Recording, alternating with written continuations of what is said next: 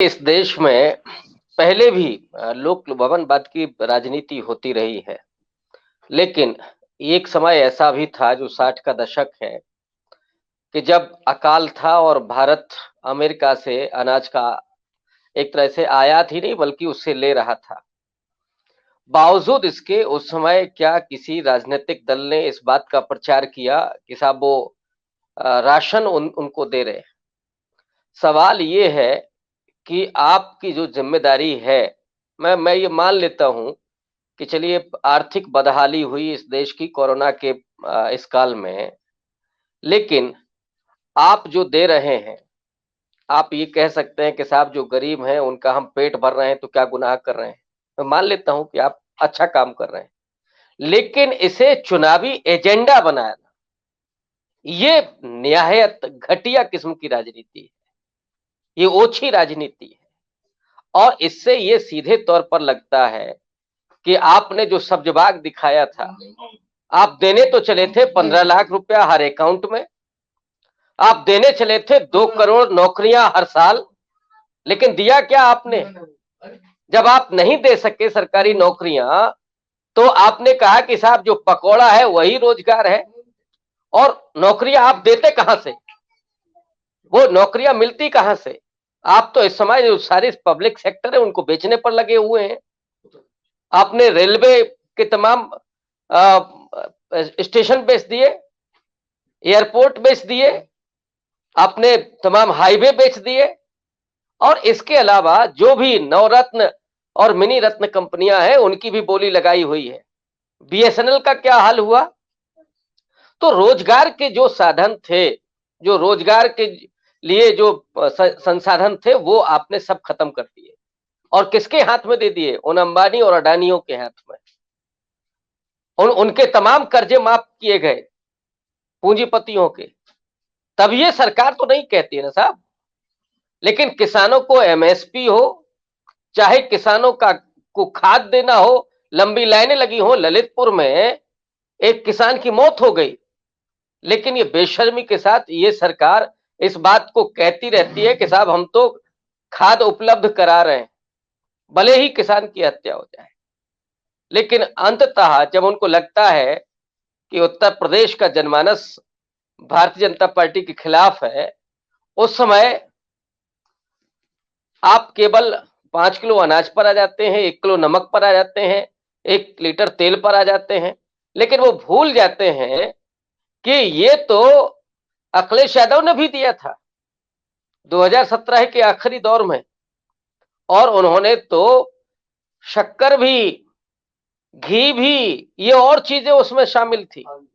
लेकिन हुआ क्या? जनता ने क्या मैंडेट दिया?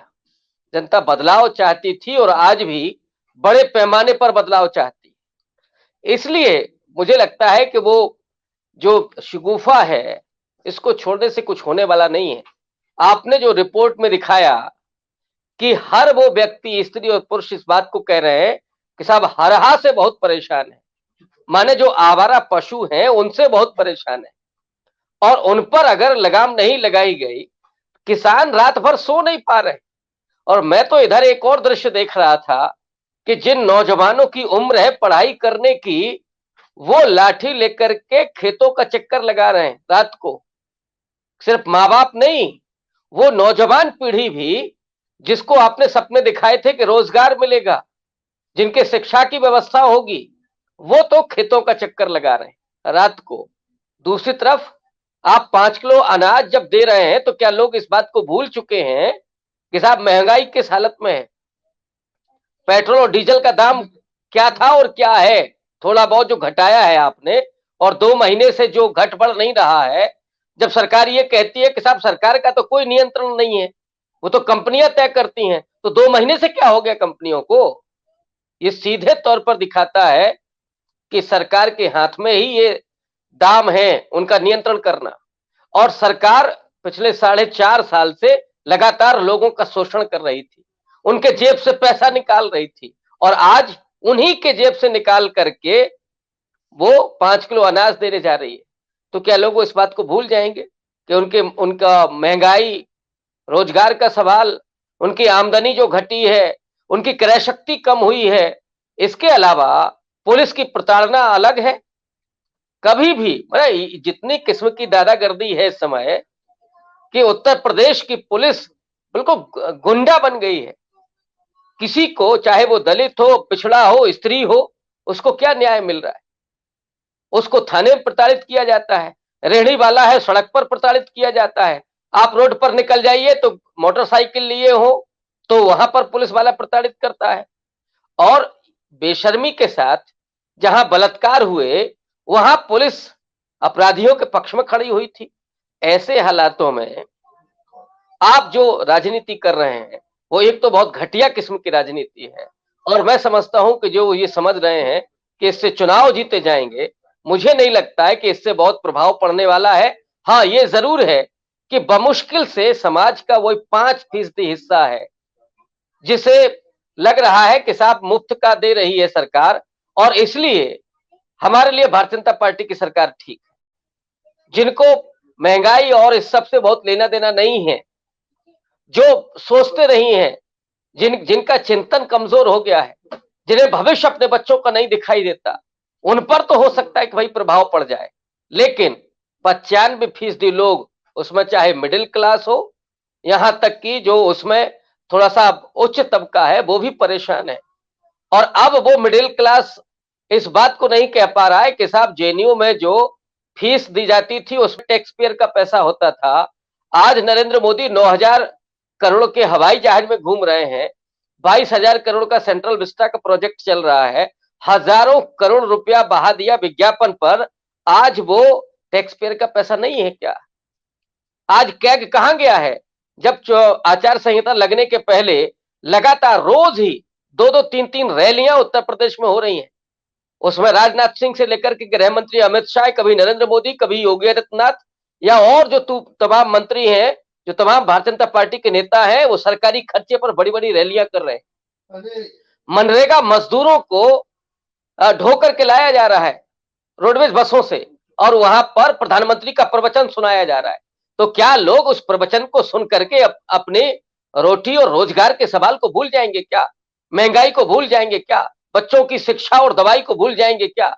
मुझे नहीं लगता है कि इस सरकार के खिलाफ जो इस समय एंटी इनकम्बेंसी है वो कोई कम होने वाली है, क्योंकि इनके पास कोई नीति नहीं है कि जहां से वो रोजगार सृजित कर सके, जहां इस देश की अर्थव्यवस्था को मजबूत कर सके, और ना ही इस तरह की कोई नियत है। और नियत मैं इसलिए कह रहा हूं कि जिस विचार के पोषक ये लोग हैं, जिसमें जो हिंदू स्थान जो बनाना चाहते हैं, हरिद्वार से लेकर के रायपुर तक जिस तरह की सो कॉल्ड धर्म संसद हो रही है, और जहां धार्मिक आतंक एक तरह से पैदा करने की कोशिश की जा रही है, लोगों को हत्यारा बनाने की कोशिश की जा रही है, एक ऐसे दौर में हम क्या मान लें कि भारतीय जनता पार्टी, आरएसएस है, जितने हिंदूवादी संगठन है, उनकी नियत क्या स्त्रियों के पक्ष में है? क्या दलितों के पक्ष में है? किसानों, मजदूरों, ओबीसी के पक्ष में है? ये जो हालात हैं उसमें हिंदुस्तान का मुस्तकबिल और हिंदुस्तान की जो आर्थिक स्थिति है वो बहुत बदतर दिखाई देती है।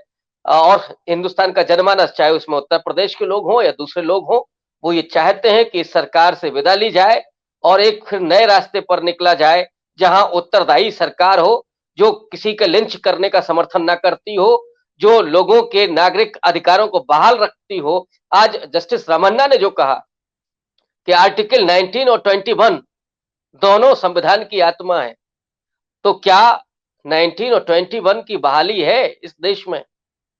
जीवन जीने का जो अधिकार है गरिमा पूर्व, उसका लगातार हनन हो रहा है। अभिव्यक्ति की आजादी पर पहरा है। कितने लोगों को क्या क्या कह करके मार दिया गया। जो आदिवासियों के पक्ष में बोल रहे थे, स्त्री अधिकारों पर बोल रहे थे, उनको जेल भेज दिया गया। इन हालातों में न तो पत्रकार सुरक्षित है, ना एक्टिविस्ट सुरक्षित है। आप बोल रहे हैं, कितने दिन तक बोलेंगे?